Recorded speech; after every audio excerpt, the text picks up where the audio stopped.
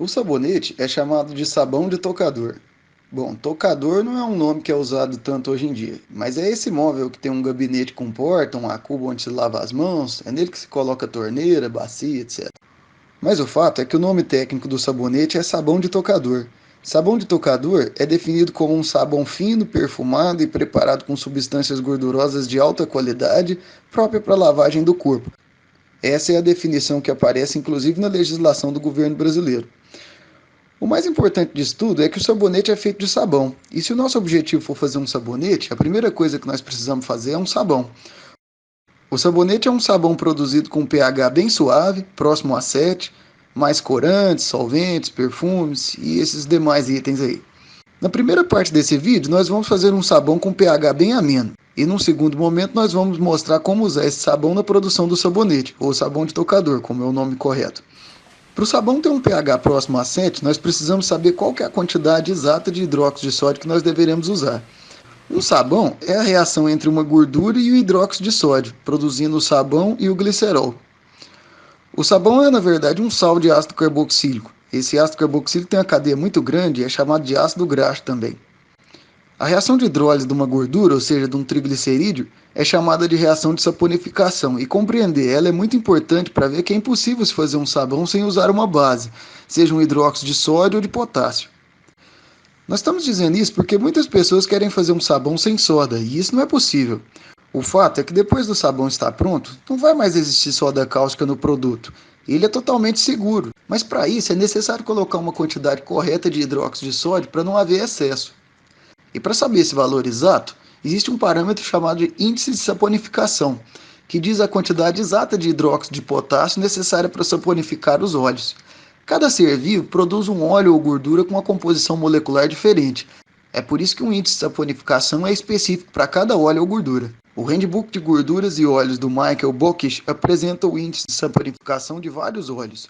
O de soja, por exemplo, está aqui. Em função da safra e a variedade genética, o índice de saponificação varia um pouquinho, sendo uma faixa. Mas para nossa finalidade, basta pegar o valor médio, que nesse caso é 192, e verificar que nós precisamos então de 192 mg de hidróxido de potássio para saponificar 1 grama de óleo de soja. Bom, nós temos acesso fácil no supermercado ao hidróxido de sódio, que é a soda cáustica, e não ao hidróxido de potássio. Então nós vamos converter esse valor para o uso com soda cáustica. Olha, 192 mg são 0,192 gramas, que se nós dividirmos pela massa molar do hidróxido de potássio, nós temos o número de mols. Multiplicado pela massa molar do hidróxido de sódio, nos dá a quantidade em gramas de soda cáustica. Então nós precisaremos exatamente de 137 gramas de hidróxido de sódio para saponificar cada grama de óleo de soja. Nós estamos apresentando a tabela a seguir e na última coluna mostra os valores em gramas de soda cáustica para cada tipo de óleo que você pode usar para fazer sabão. De um modo geral, as gorduras saturadas como coco, babaçu, dendê, que é o óleo de palma, sebo bovino, eles geram um sabão mais rígido. E nesse caso é importante usar pelo menos entre 40% e 50% desse tipo de gordura. O azeite de oliva, óleo de linhaça e outros óleos mais insaturados produzem um sabão mais mole. O sabão que nós vamos fazer aqui tem 300 gramas de gordura. Metade é coco, metade é dendê. E a quantidade de hidróxido de sódio que nós vamos usar, nós tiramos do índice de saponificação da tabela apresentada, que é na verdade uma conversão feita dos dados do Michael Bockish. Então, para esse nosso sabão, vai ser necessário 47,6 gramas de hidróxido de sódio. Essa é a quantidade exata. Mas para garantir que não vai sobrar nenhum hidróxido de sódio, nós podemos diminuir um pouquinho a quantidade de soda, para que o sabão no final tenha um ligeiro excesso de óleos. Esse procedimento é chamado de sobreengorduramento, ou superfatting em inglês. O sobreengorduramento comum entre os sabões pode ir de 1 a 10% em massa. Um sabão com ligeiro excesso de gordura pode ser muito bom para a pele, pela propriedade dos óleos de hidratar e proteger a camada dérmica. No nosso caso, nós estamos usando a soda cáustica comercial, que não é totalmente pura.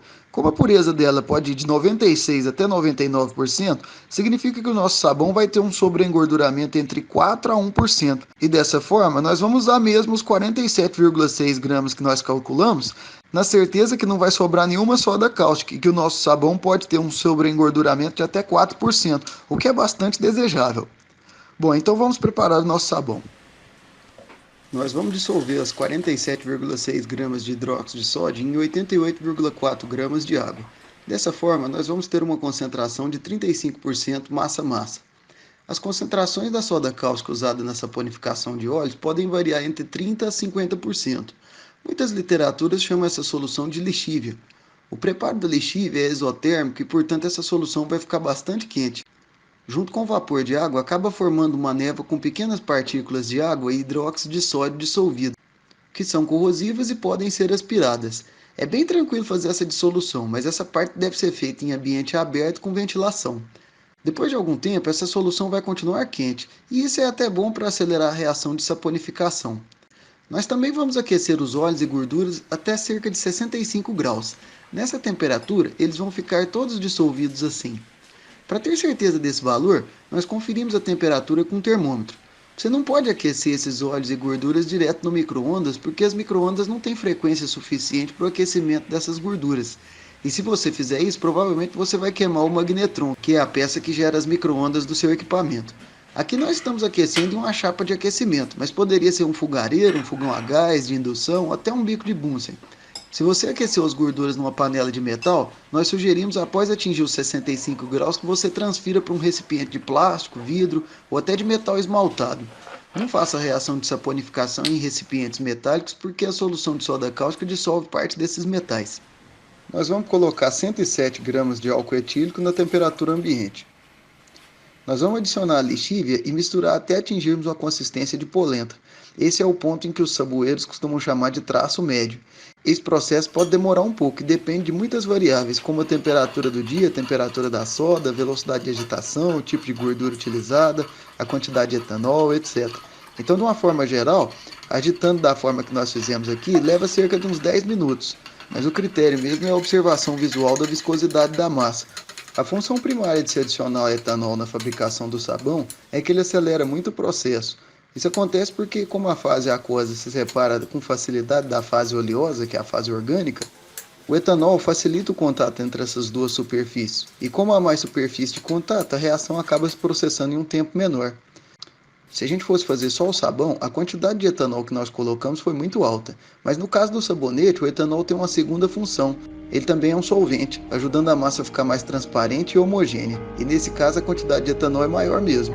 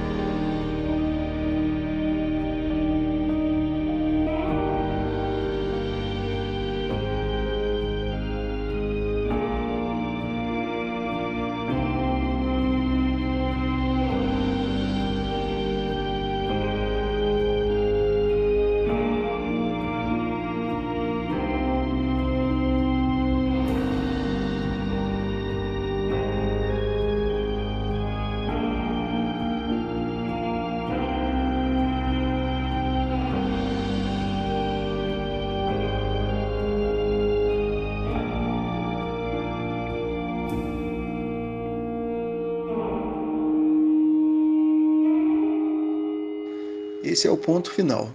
E aqui nós adicionamos a solução de sacarose, que é o açúcar comum, açúcar cristal. Você pode até usar o refinado, mas isso não altera em nada. E a glicerina. Nós colocamos 88 gramas de açúcar em 50 gramas de água e esperamos dissolver lentamente. Você pode usar um micro-ondas aquecendo a água com açúcar por 15 segundos em potência máxima. Você vai agitando e repetindo esse processo até que o açúcar se dissolva todo. É importante dizer que todas as quantidades que nós utilizamos estão em massa. Se você quiser saber esse valor em volume, precisa converter usando a densidade das substâncias usadas aqui. Essa solução de sacarose tem 4 funções. Ela ajuda bastante no clareamento do sabonete, ajudando na formação de um sabonete transparente, favorece a formação de espuma e é um agente umectante. Além disso, ela também é um bom solvente para os restantes das substâncias presentes nessa mistura. Na indústria, às vezes é ainda mais barato substituir a solução de sacarose por sorbitol, que também é um açúcar produzido pela hidrólise enzimática de maltose de estrógena. E nós colocamos 54,72 gramas de glicerina. Depois de colocar o açúcar e a glicerina, é importante dissolver todo o sabão nesses solventes. Esse processo demora e às vezes é importante levar ao micro-ondas uns 20 segundos em potência máxima, agitar, aguardar um pouco mais e voltar a aquecer. O micro-ondas é a melhor opção, porque não é seguro aquecer uma solução com etanol direto no fogo. Além disso, o uso do micro-ondas é bem prático. O processo de saponificação já gera glicerina, mas essa glicerina extra ajuda no clareamento do sabonete e também é um agente umectante, além de ter propriedade hidratante.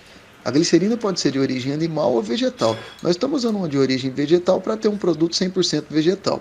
Você também pode substituir parte ou até toda a glicerina por propileno glicol ou por algum extrato glicólico, já que quase todo extrato glicólico é produzido por uma planta percolada em propileno glicol.